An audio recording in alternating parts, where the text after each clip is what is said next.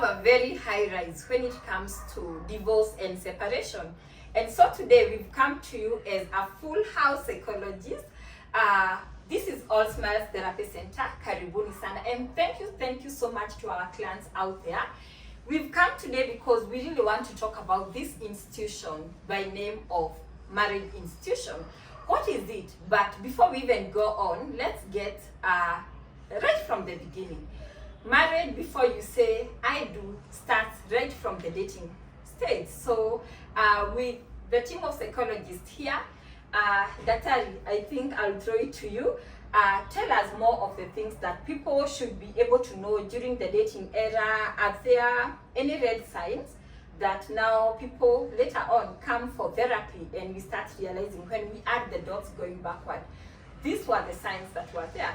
And how would we go about it? Do we call off the relationship? Do we work on it? All right, thank you. I think when people are dating,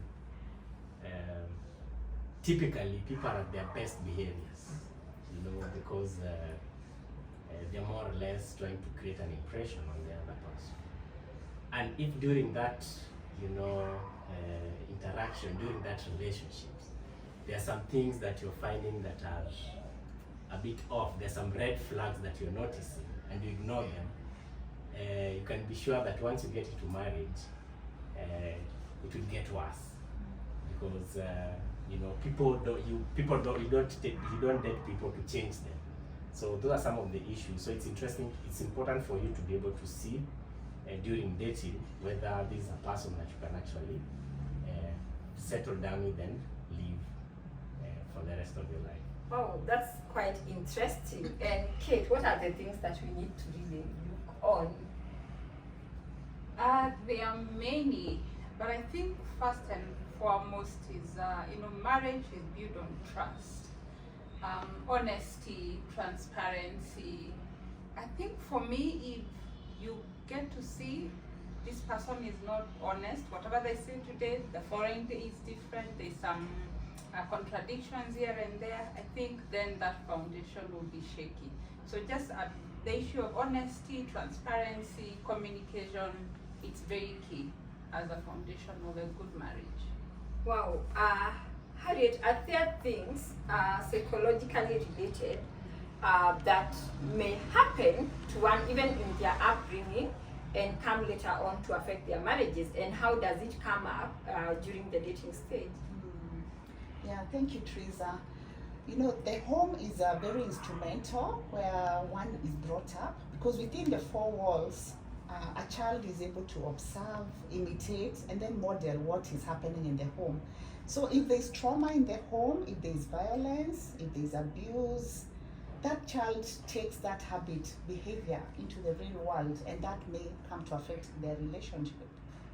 Yeah, and I'm just thinking, Julius, you can tell us, and Olivia here, when you talk about trauma, we are talking about it as professionals, yeah?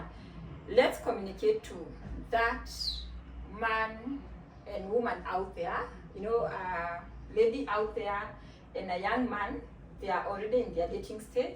How are they able to identify some of these traumas? Is it by when your partner is shouting at you, or how are you able to really tell there is something that is not okay? It depends on how people handle issues. Yeah. Sometimes something is happening, and the way someone responds to it, you realize that they are not just responding to what's happening. There is something inside them that is making them respond to whatever is happening. So how someone responds may be a sign to whether they have trauma or not. Sometimes there's a saying that someone is using a hammer to hit a mosquito. Maybe something is considered small, a small occurrence, but someone is so worked up, there may be something more that is in there from what's just happened. And I think, as Olivia says, one who is traumatized may not know that he is or she is. But the person next to him will know that there is something that is not going on well.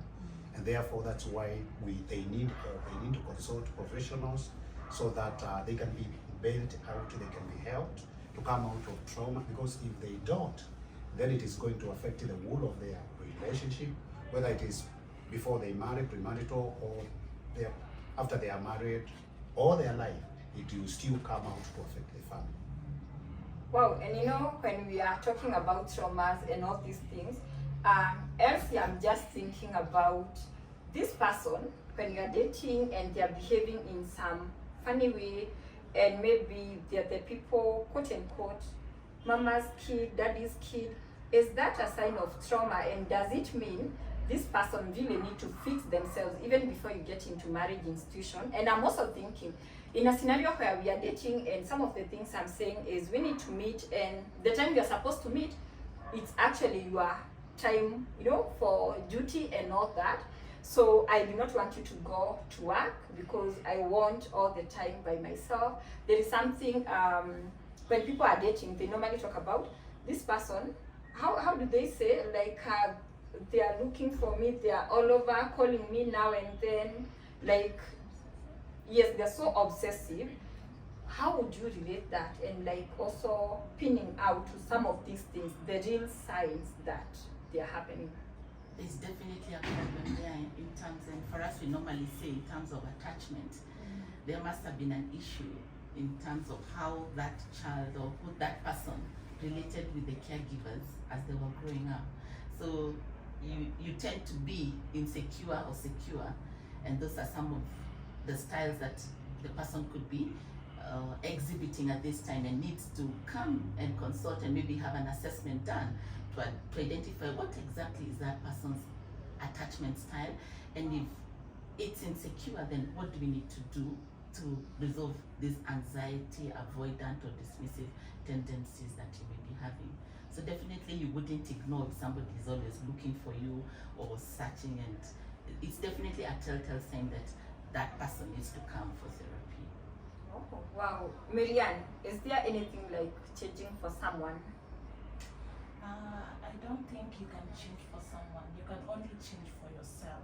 Yeah, we are adults. If we are talking about constitution of marriage, it means it is adult having a relationship with another adult. So that means you are able to change for yourself. You cannot change an adult. That is very impossible. Yeah. Wow, and some of the things that we have coming to therapy is I'm with this person and my family members, they do not want them, maybe given the tribe or their economic background and all that. Antonia, do you think that's something that need to come to therapy, or they're supposed to just listen to their family members being their first support system? Definitely, I think they are not only supposed to listen to their family members, given that it's their only support system. I think it's very key to come to therapy, for them to come to therapy, to get to find out why is my family saying we should not get married. You know, what are the options that we have? And now the couple will be able to effectively explore, and even as they are making the next decision, they ensure that they make an informed decision. Yeah, and I think that's making me think of goals. When we talk about premarital counseling, some of the things that make people come for therapy and things that we take couples through is to get to identify your goals. What are the real goals for this marriage? And also, how do you want it to be like? Are you marrying and in future, it's okay, your husband can bring in another wife? I mean, some communities, some religions, they allow that. I'm not so sure about your wife can bring in another husband, but those should be some of the goals that should be identified way before you even get into marriage institution. Also get to know how this person deals with anger, you know, when they are not okay, and get also to agree how will we be able to solve this, because it's no longer a one-man affair. It's now both of you coming together. Also, some of the things that we discuss when it's premarital counseling, we want to know how will you deal with your finances. But again, we have issues that come in. We have families and relatives, they want to come in and stay with us, and we've just gotten married, it's during our honeymoon time, and Daktari, do you think that really works into enabling, maybe to make the family come so close, the new person in the family, they get to know other family members, and also at the same time, should that be something of discussion before marriage on how we are going to relate with our families? Is it that we're going to have boundaries? And do you think also family members, they play a role in some marriages breakup? Yeah, I think it's important, before getting into a marriage, even to understand the kind of, family, broader family that you're getting into, to have discussions around, even how you're going to live as a family, based on, some of us, we come from cultures where our relatives stay with us, and it's a normal thing. So it's important to have discussions on some of those things. The other thing you mentioned is finances. It's important to have a conversation around finances, because one of the key reasons for marital conflict is how we handle finances. So you need to be clear on the roles and how you're going to handle finances, because sometimes you can get into a marriage and one partner gets into debt, and that debt the other partner is not even aware of, and that will definitely affect the relationship. So this conversation needs to be held even before you get into the marriage. Wow, yes, debt can actually, it's something you're being auctioned, you are not aware about, and it's your partner here. And also, Olivia, to come to you, kids, are they something to pay attention to when it comes to marriage? Because we've seen some people will say, have been okay with this person, but the inability to bring forth life is making us, because maybe from where I come from, my identity is from Mama so and so, Baba so and so, and so. And also, is it something that should be discussed prior? Are we looking forward to 7 kids? Or if no kids, how do we go about it? Because I'm seeing as much as you can plan, there is up to the much you can plan about it. I believe that a marriage, with or without children, is a marriage in its own self. Children, they say, is a blessing to a marriage. Okay? So when two people are getting into a marriage, it is very pertinent that they talk about children. Yeah, because there are those that are coming from families where there are many children, they say, no, I want just a few children.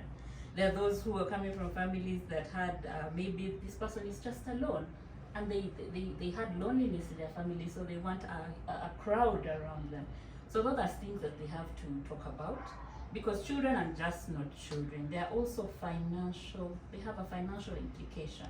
Yeah, so when you're talking about children, you're factoring in money, you're factoring in career progression, because when you talk about, let's talk about mothers. Every time a woman has a child, there are a few years of her life that are stalled, because you're taking care of a child. That has to be discussed. Otherwise, you get in there, when you agreed on 2 and there's a 3rd one, you hear a man saying, that is your child, we agreed on only 2. So that's very important. They have to discuss children. Wow, Kate, we've seen scenarios where people are coming 2-3 months into marriage when they're supposed to be, in that honeymoon state. And now it's time to start seeking divorce and separation. And this is something that is in the high rise.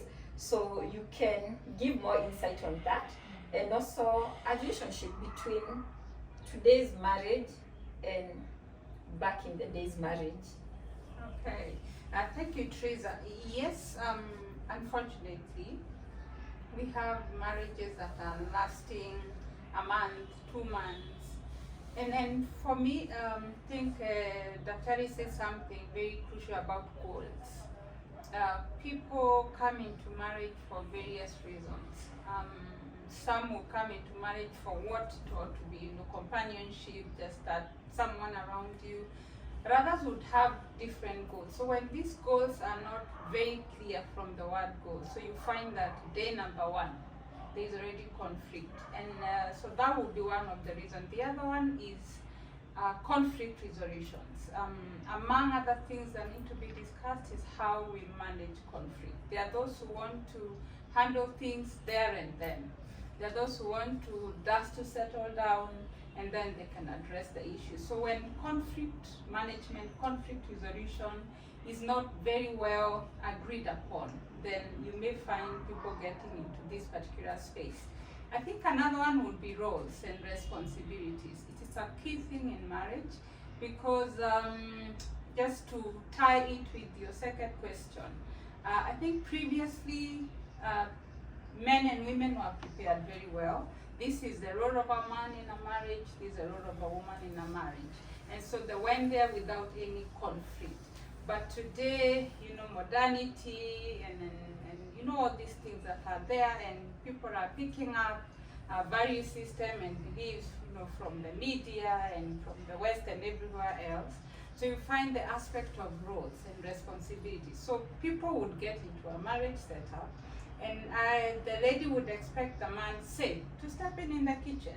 But the man may be having this mindset that as a man, my work ends at the sitting room. So the lady need to come, pick my socks, pick my dishes, clean after me. So you find some of those things could be the reason of all these conflicts. So I think just back to where we began, when the goals are not very clear from the word go, then we may have these marriages that are breaking. But yes, I don't want to say that marriages are not working now. They are working now and they can work.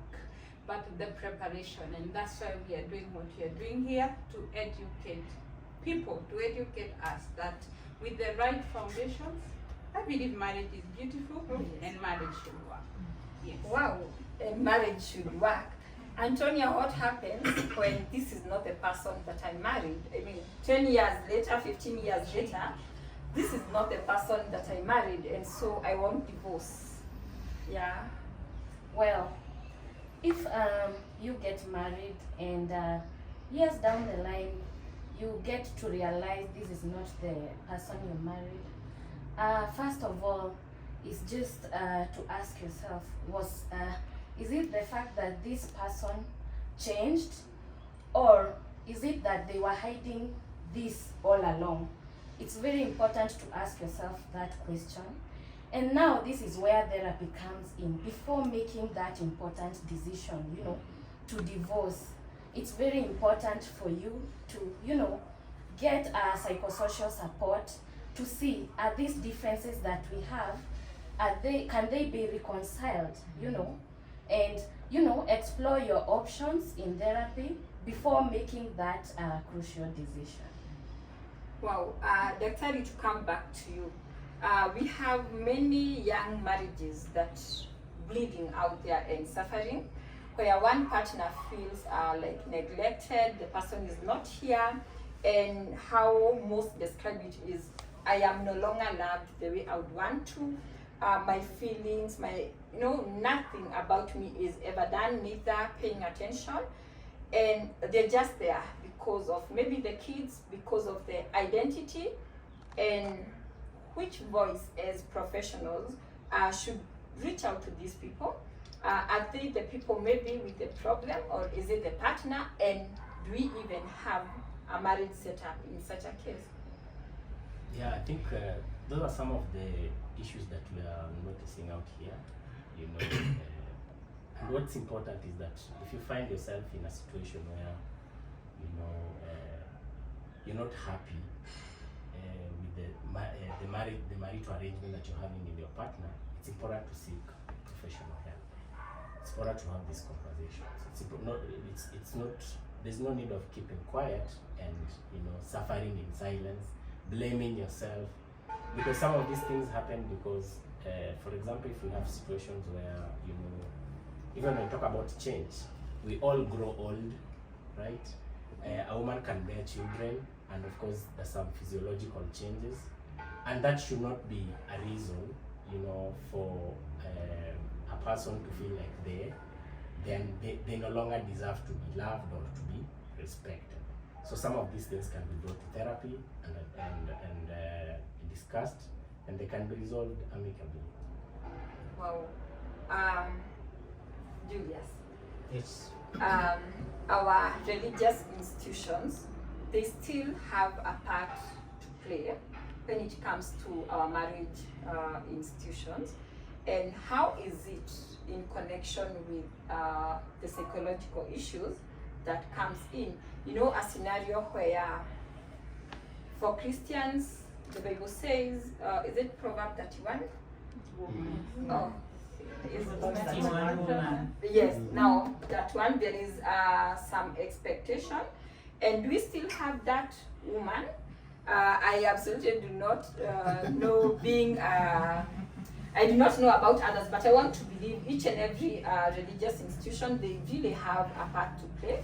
And is this part in a way breaking, making, and how do we go about it when we relate it to science? Yeah, I think as you have said, the Bible says so, that he who finds a wife finds a good thing. And on that point of finding, this is where we are talking about consulting the professionals, because that is one way of finding a wife. When I consult people who are professionals, we talk about marriage even before we get into it, and then we are sure that we know the kind of a person I'm attaching myself to, that I will not discover 10 years after I am married to start now making the ways right. This is why we are encouraging, even in the church, we are encouraging them, and we have you remember we have the pastoral counseling department, which is supposed to be done by professional people, and if the pastors are not equipped enough, then this is when we send them to the psychologists, so that the beginning, the first step of relating and thinking about marriage, we are guided by professionals. So we cannot just start with the Bible says, and he who finds a good wife, we will combine that one by consulting the professionals and the experts. Wow. Yes, professional counseling. And Miriam, you can tell us more about, because we've seen things happening. There is things called, what are they called? We have baby shower, and now we have bridal shower, and there is a type of way a woman is told. And in this case, most of the time they look for those people with a voice out there, that this is how everything should be like. And also, I'm not so sure they tell us about men if they are also told on how things should be done. How is that, and does it really play a role in this marriage setup, or are they some of these things they're just mates because you are told you need to be like this, to be in the house by this time, cook for your husband when they come in, kneel down? I'm not saying it's bad for those who are doing this, but we really want to know, is it sustainable to start with? Thank you for that question. I really think that is not sustainable, because, for example, if that person who is taking maybe the bride to be, or even the baby shower, they're taking these people in that program and they're not professional, probably they're talking in their lenses and their perspective, their socials, their beliefs. So it's not actually going to help them in the long run. Because, for example, this person might be coming from a different, maybe let's even talk about maybe different background. Yeah, they experienced something, yeah, that led them to their thoughts and behaviors to be in a certain way. Yeah, and this person who is actually going to the woman who is going to have a wedding, yeah, she's also coming from a different background, so she's having this different perspective on marriage, on how she's going to actually handle maybe conflict, yeah. And now she's being told here, this is the first, the final talk when you're going to get married. This is how you're supposed to be acting. And maybe it is different from what she knew, yeah? That is actually going to cause something in her. Does it mean that actually what I believed is wrong? So this is going to actually affect her, how she's going to behave in the marriage, yeah?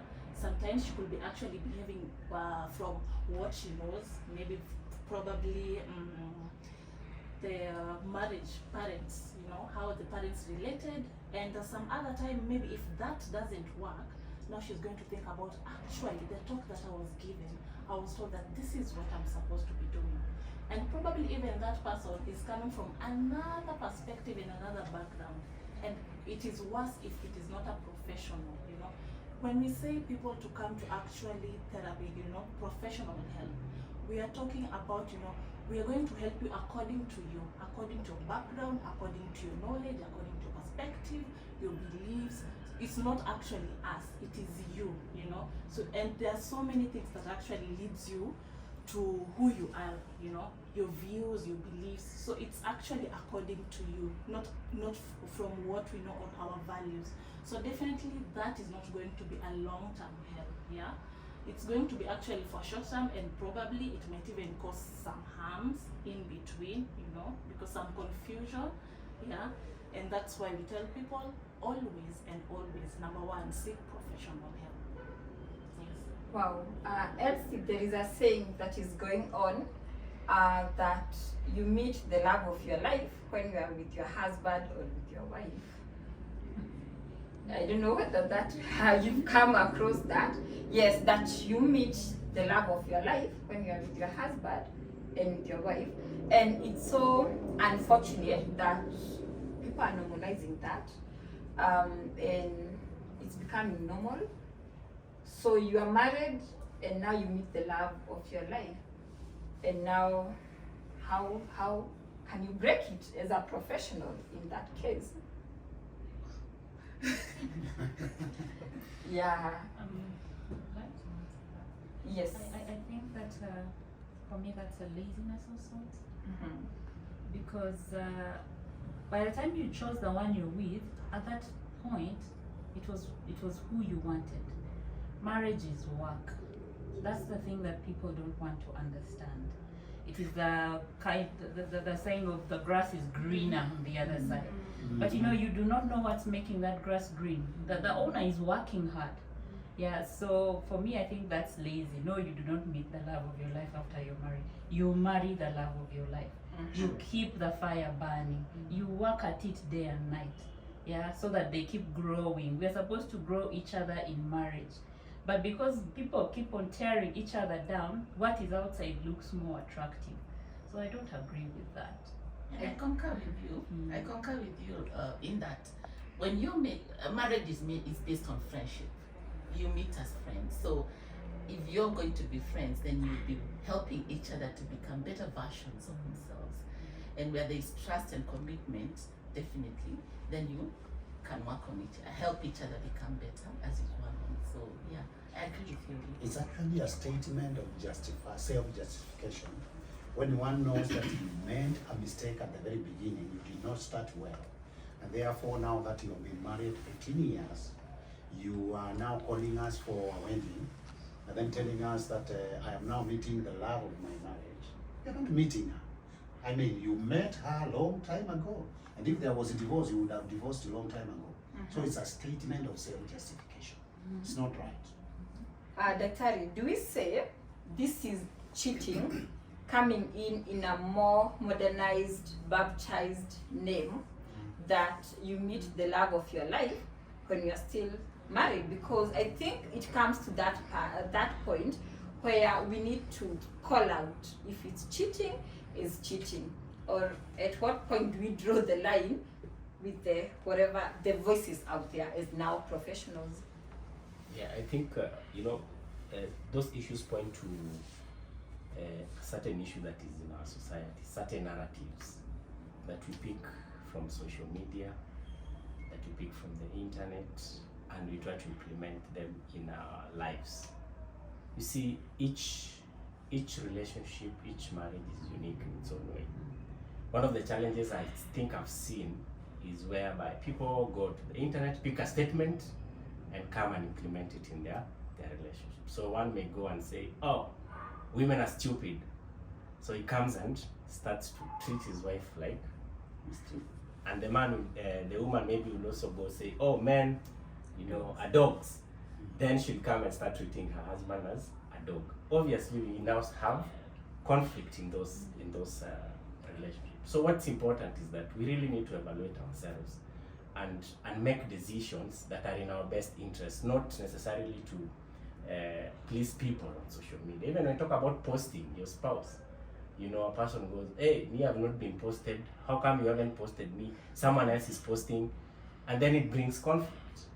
But sometimes the person who is posting has probably more problems in their marriage than the person who doesn't post. So it doesn't necessarily mean this is the way of looking at marriage based on the appearances and the image that we create on social media. So some of those things come from there, and then people try to implement their life and they find that they are really problematic. Harriet, does that mean that some people, they're living a life, maybe out there on social media, and so that is making even families, marriage break because they want to be like so and so, but not knowing that actually so and so, it's not like they're living their best life in it.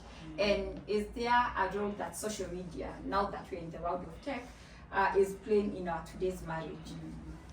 Yeah, you're right. I think in this generation, social media is playing a very big role, both positively and also negatively, because there's a lot of peer influence.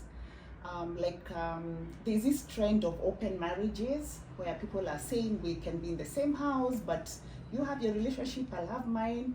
We're just here because of the two children.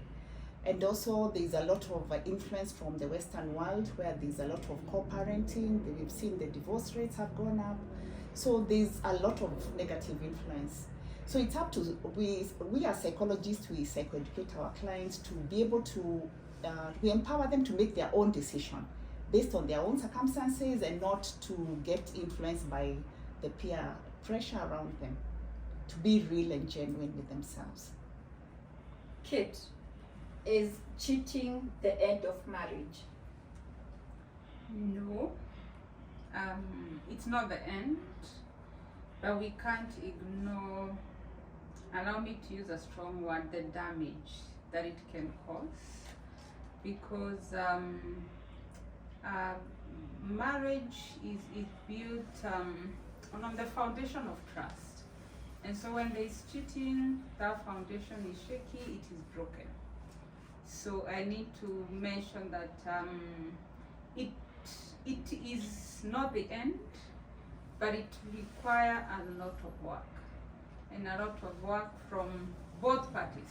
Again, it can be one-sided to be able to make it up. So to answer your question, not necessarily, but it will require the parties involved to put in a lot of work.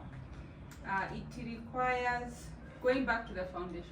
You know, why did these people come together?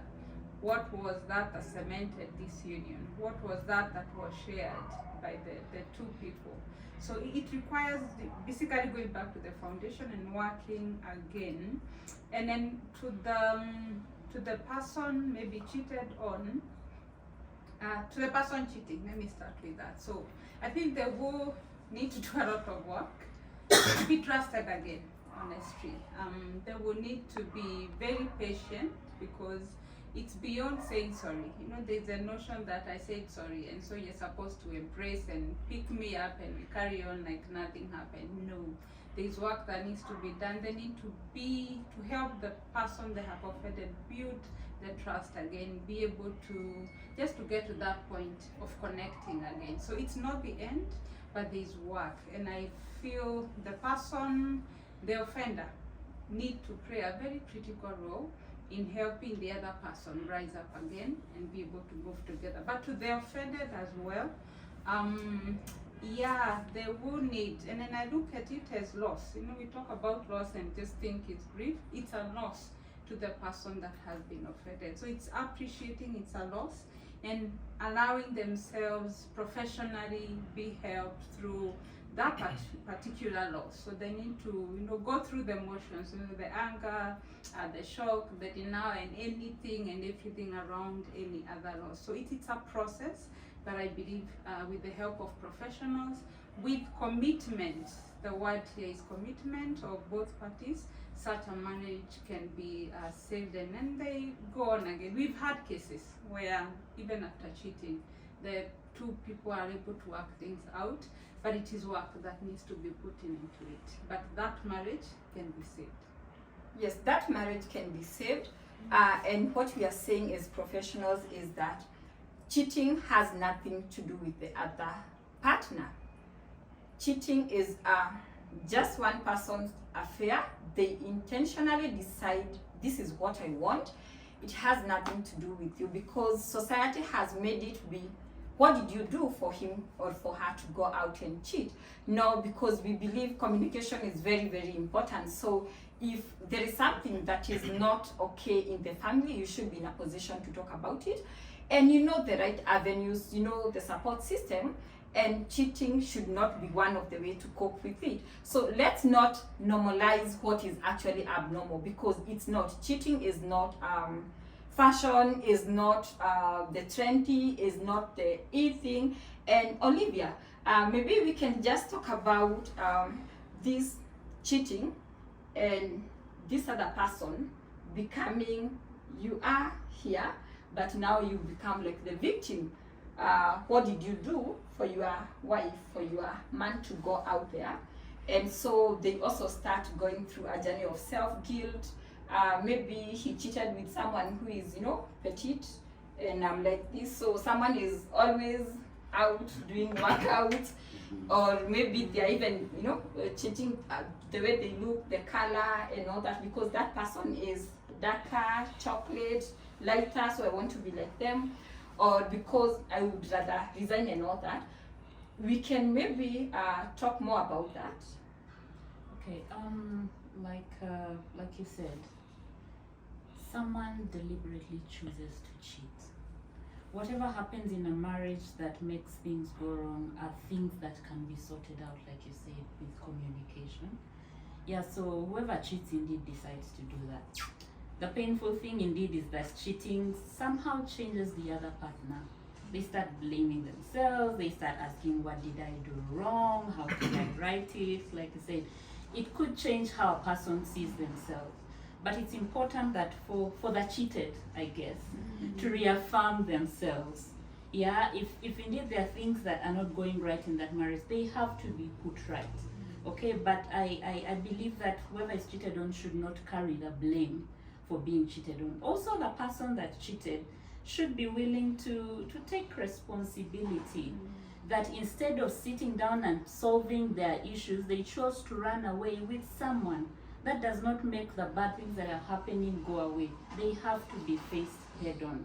So for those that are cheated on, it is not your fault. I encourage that you take care of yourself. Do not look down on yourself. Encourage yourself. Know that even with that cheating partner, you are still the person that you are supposed to be. Take care of yourself. Self-care is very important, because you could forget yourself from that. It could take you to the deepest, darkest pit. Yeah, if you're cheated on, indeed, seek psychotherapy.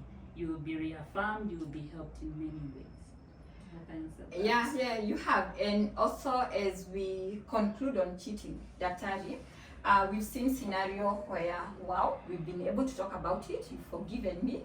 And so I take it as a ticket to even cheat much more. And by the time you get to realize this person has been cheated on, not by one, but by multiple, you know, other people out there. And now the person gets to a position, as long as he or she comes back home, I'm still okay. As long as they're still providing, I'm still okay. And also, I'll throw it to the voices out there, like he's yours when he's in the house, or she's yours when in the house. And when out there, we are sharing, or, you know, I don't know, there is a lot that people are, I think there is even, you know, even a song about it. You learn, you work, or I don't know, Nairobi, something, I don't know, about normalizing what is actually abnormal. So your contribution to it. Yeah, indeed, you know, those are now issues that we are observing in our current society. And I think the key thing here is that when people are when people are saying that, they're trying to cope with the situation by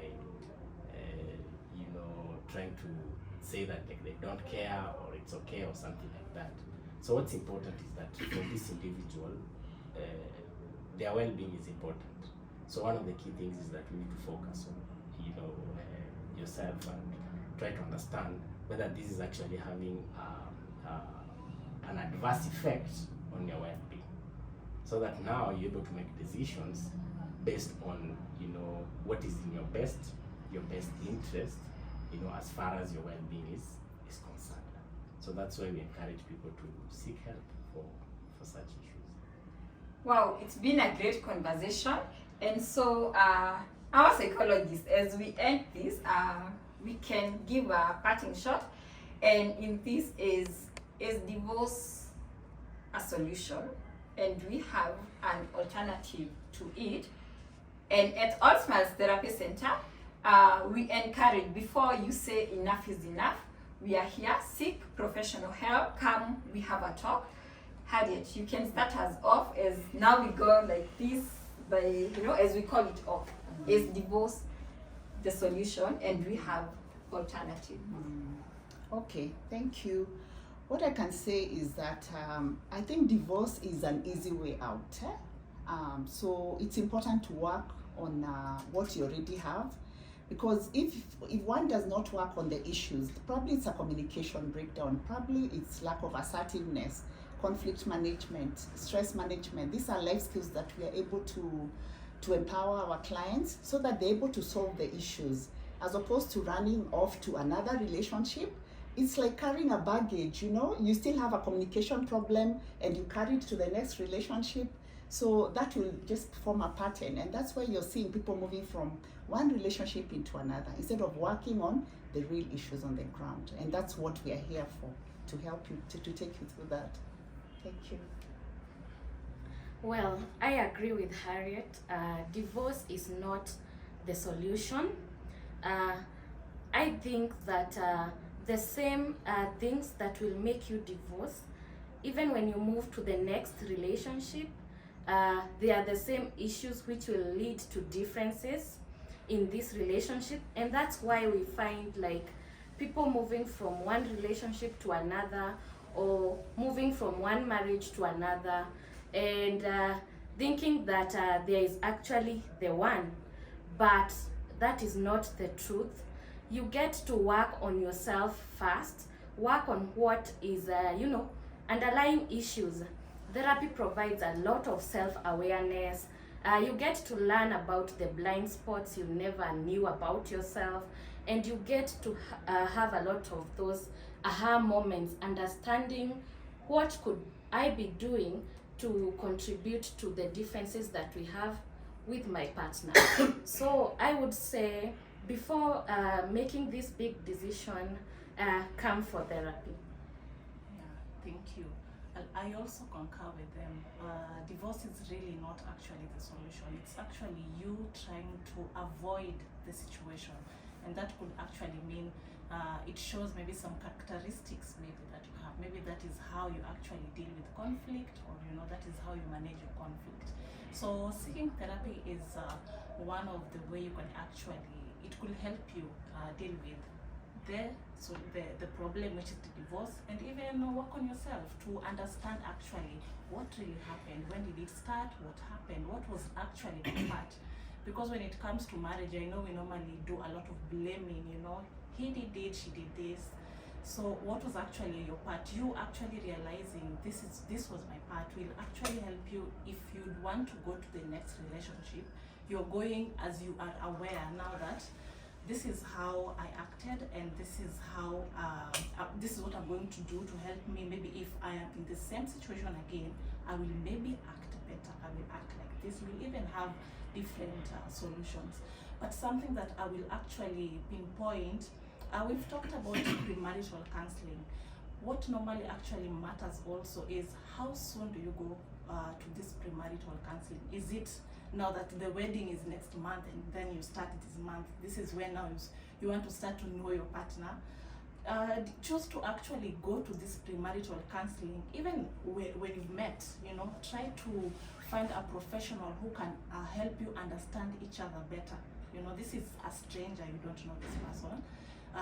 Don't decide to go immediately, or rather like 2 weeks to your wedding.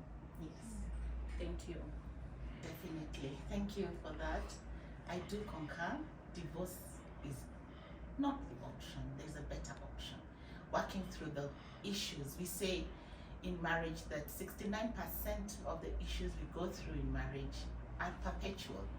So it's up to the couple to decide how are we going to work through those issues, because they keep coming up, and it's up to you as the couple to decide this is how we're going to do. We're going to stick it out as a couple and work through the issues. And we keep saying there are 4 things you need to guard as a couple: the criticism, the contempt, the defensiveness, the stonewalling. All those have antidotes, and the way to get solutions or the antidote, come for therapy at Allsmiles, and we'll give you the tips on how to avoid these things that predict divorce. And there is hope. We always say there is hope, but marriage takes work. Thank you. Great. I do agree with the rest of the team, but I bring in a different angle, appreciating that there could be somebody here in this day and age. It could be a man, it could be a woman, who is in an abusive marriage. Yes, divorce is not the only solution, but we are careful to mention that in the event you are in an abusive relationship or marriage, your safety, your security is paramount. If you're in that situation, we are not saying that you sit there and get killed in order to save your marriage. What about taking some time off? Just to be able to work things out, having things cool off. So appreciating that somebody could be watching and they're in a very tight, tricky situation.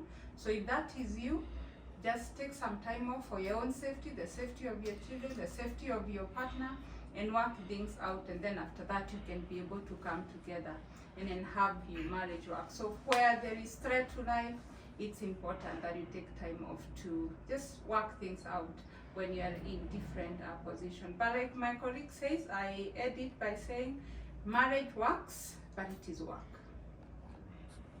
Yeah, and I believe next time we'll be talking more and especially connecting with people who are separated and divorced, so that we can see how do we recollect from this, because we've said divorce is not the only solution and is actually not an option. However, when your life is at risk, the life of your loved ones can be the most, best option for you, because we put life first. And we've seen so many things even out there on social media where people, when you add the dots going backwards, like things started, all the red signs, and someone was like, I'm going to be in this marriage just because of the kids and all that. So yes, even as we focus on that, let's really get to look at what are these other things that are not life-threatening, and we need not to bring in, not to serve each other these papers. Are there childhood traumas manifesting into your current marriage? Is there any abuse manifesting into your current marriage? Is there anything that has really changed in your marriage and now you feel you're at the verge of calling it off?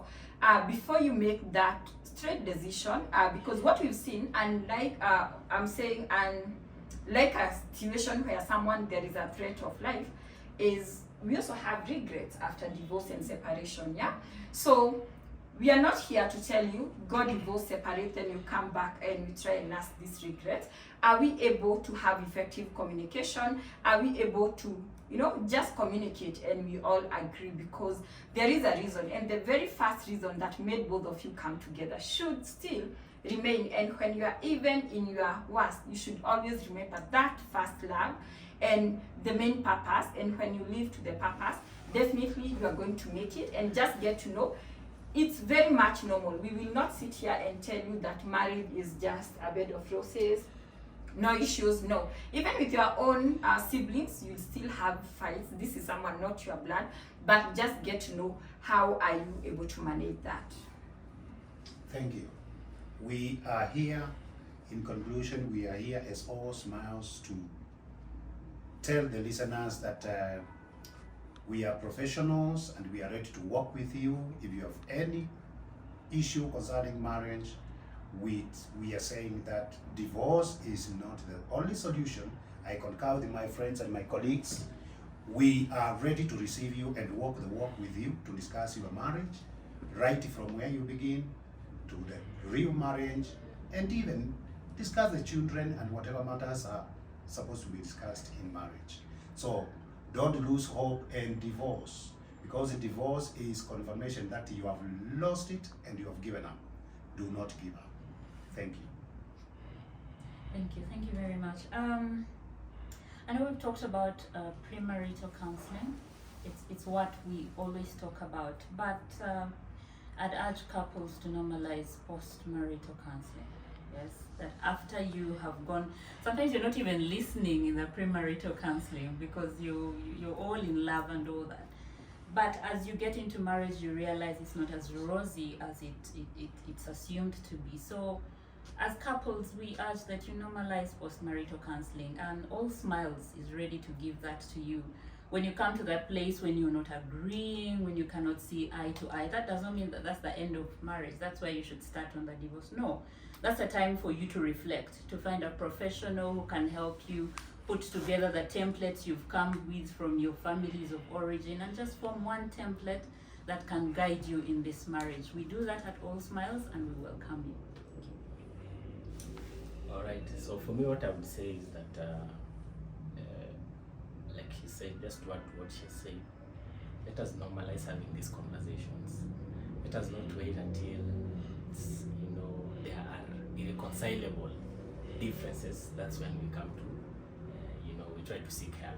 If there are issues bubbling, it's better to address them early than later. Wow, thank you so much, colleagues. Thank you for your time to educate people out there. At Allsmiles Therapy Center, we love you all and you are all welcome. Our contact is 0793 561 669. Please get to know we are here for you for professional support. Call us, WhatsApp us. We are very much effective on WhatsApp, but you can still give us a call. Come when you feel overwhelmed. We are just here to reaffirm and to reassure to you that it's still not yet over. Just come, let's initiate that conversation. Come for help, come for professional help, and definitely we'll be more than glad to walk this journey with you. Thank you.